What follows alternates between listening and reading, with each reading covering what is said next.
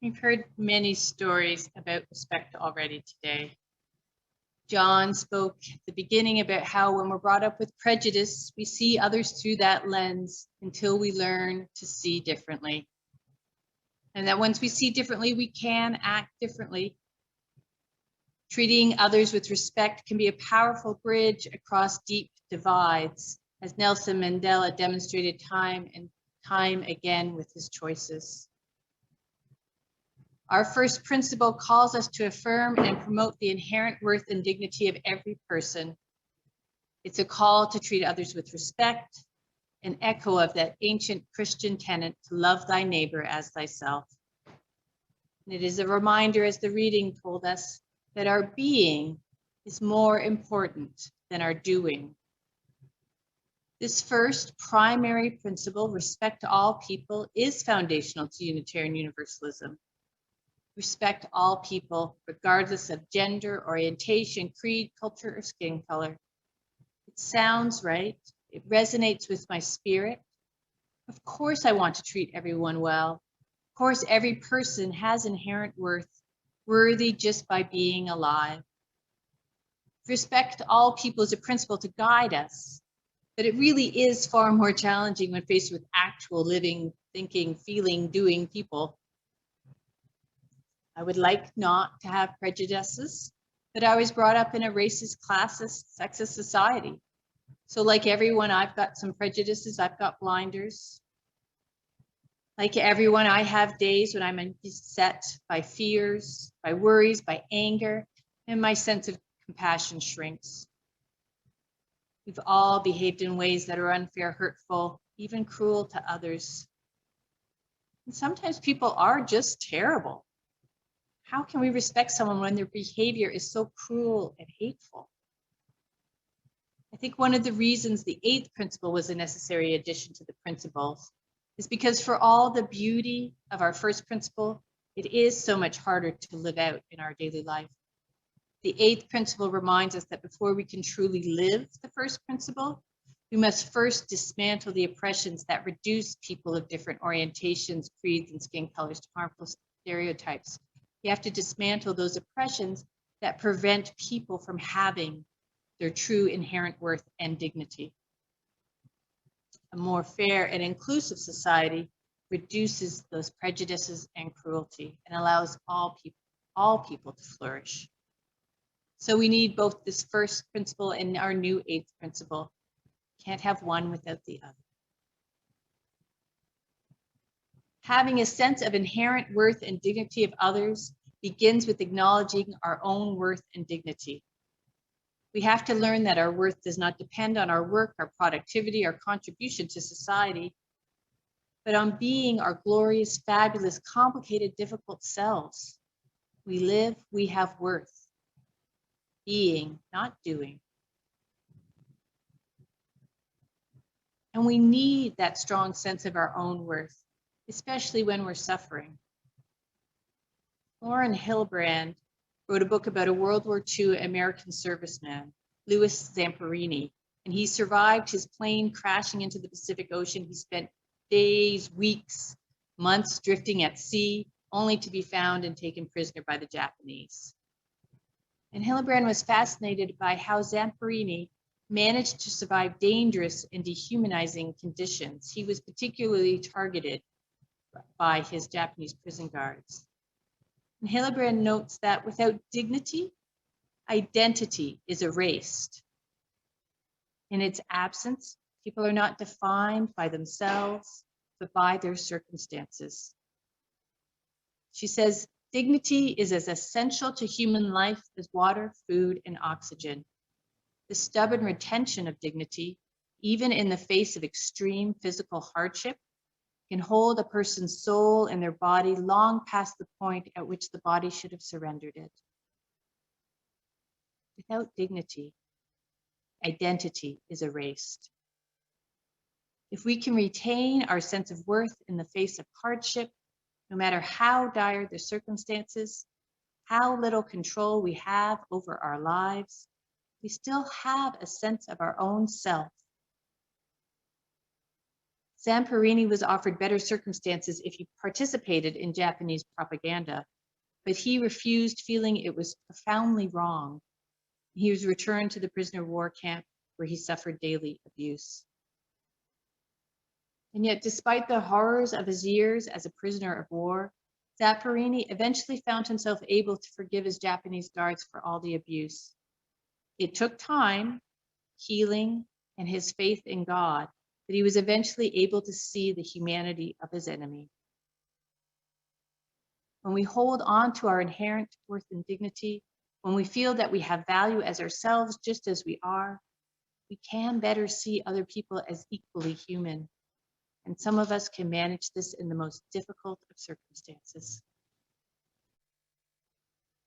Nelson Mandela said to be free is to not merely cast off one's chains, but to live in a way that respects and enhances the freedom of others. Both Mandela and Zamperini spent formative years confined and controlled by forces beyond them, experiencing great hardship. Both in their own ways find a path to holding on to their dignity and seeing it in others.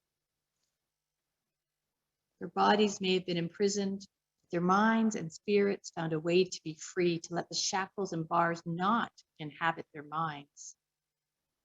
And it wasn't easy. Mandela was able to stay dedicated to his social justice beliefs. Lewis turned to his Christian faith. And a man named Jarvis J. Masters, who's a Black man on death row in the United States, found his worth and dignity in Buddhism.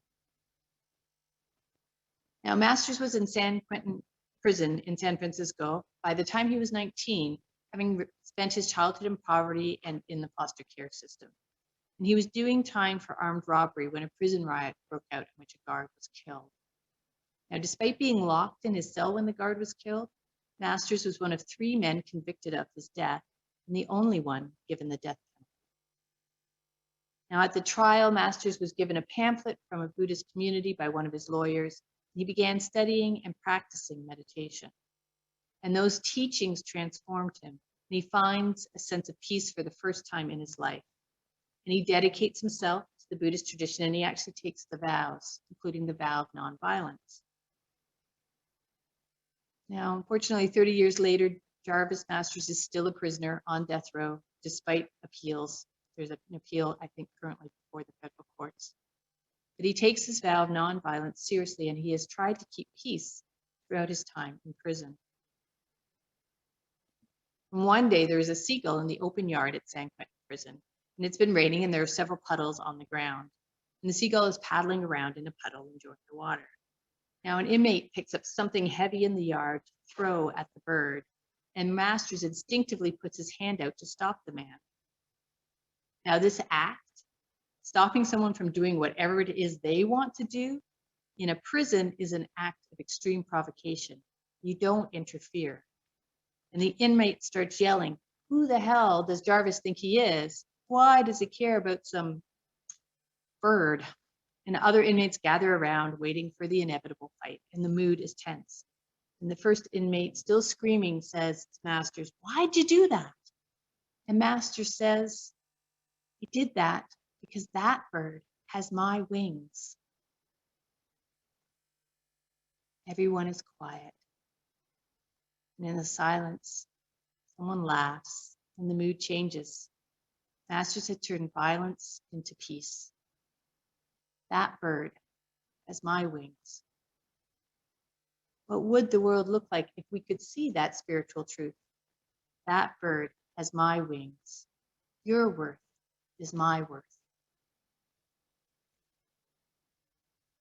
Mandela, Zamperini, Masters, 3 men all in prison, but who were able to set themselves free by seeing their own worth and dignity and extending that to all the beings around them. And it seems to me that the first principle unlocks the door of any prison cell. We're willing to turn the key and step out, willing to take the risk to see the worth and dignity in all, willing to leave that prison that keeps us separate and estranged from other people. Only we were able to see with our heart and spirit and truly know that your worth is my worth. All people everywhere have worth and dignity. All of us are connected, part of one another, part of this great and glorious whole. All have value. That bird has my wings. All people have worth and dignity. We treat all people with respect, offering it freely, no exceptions. Except, of course, for serial killers, dictators, for those people who lack empathy and choose cruelty and power over others. And we make exceptions for the difficult colleague and the mean-spirited relative and the annoying and selfish client. And we exclude the person who betrayed and destroyed us. And these days, we might be considering an exception for those people choosing not to get the vaccine. I fully admit that some days my list of exceptions takes a lot of scrolling to get through. But that first principle says we affirm the inherent worth and dignity of every person, no exceptions. So for me, this means that vengeance is a dish best taken off the menu entirely, that I can't be as cruel as those who have chosen cruelty, that I make myself less when I treat others badly as they have treated me. And it's not easy, especially when people have hurt me deeply, or I read in the news about behavior that is just so despicable and cruel. But I don't have to think about them respectfully. We're not the thought police. I don't even have to like them, don't have to forgive them, but I do have to behave as though they have inherent worth, even when all evidence to me suggests otherwise. Because I don't know anyone else fully. I don't know the hurt and harm that has formed them. I don't know the fear that drives them. I don't know the impression and prejudices that they've experienced in their life. But they may just have my wings. And so I try, and I fail, but keep on trying to treat others with respect. And I do want to say there's a genuine exception to this. If you are being abused because of your identity, if you're being targeted because of your gender or orientation or culture or skin color, then the priority is valuing yourself and getting away from that person. Offering people respect includes respecting yourself and taking care of yourself. The first principle is not a call to dissolve boundaries or let actions be consequence-free. It's not a call to deny deep divisions that exist. It's about the harder path, staying open and curious and present, even to those we disagree with. To not dehumanize even with those who would dehumanize others. And of course, this is a risk. You're not always going to be met with equal respect. And it forces you to rise above some very real and legitimate emotions. But if we hold this first principle dear, affirming the inherent worth and dignity of every person, then choosing presence and curiosity is worthy of the challenge. So practice, and one I will have to keep on practicing. I won't always get there, and that's okay. Our inherent worth and dignity depends on nothing but simply being alive. As Unitarian Universalists, this is the spiritual truth we claim. We're asked to live by its implications. To see a person's humanity even when they're at their worst, and to know that you yourself are more than your worst. And this practice of respect is one that I believe will be sorely needed in the years to come. May we as people of the chalice seek always to treat all people with respect, to see their inherent worth and dignity. That bird has my wings, so say we all.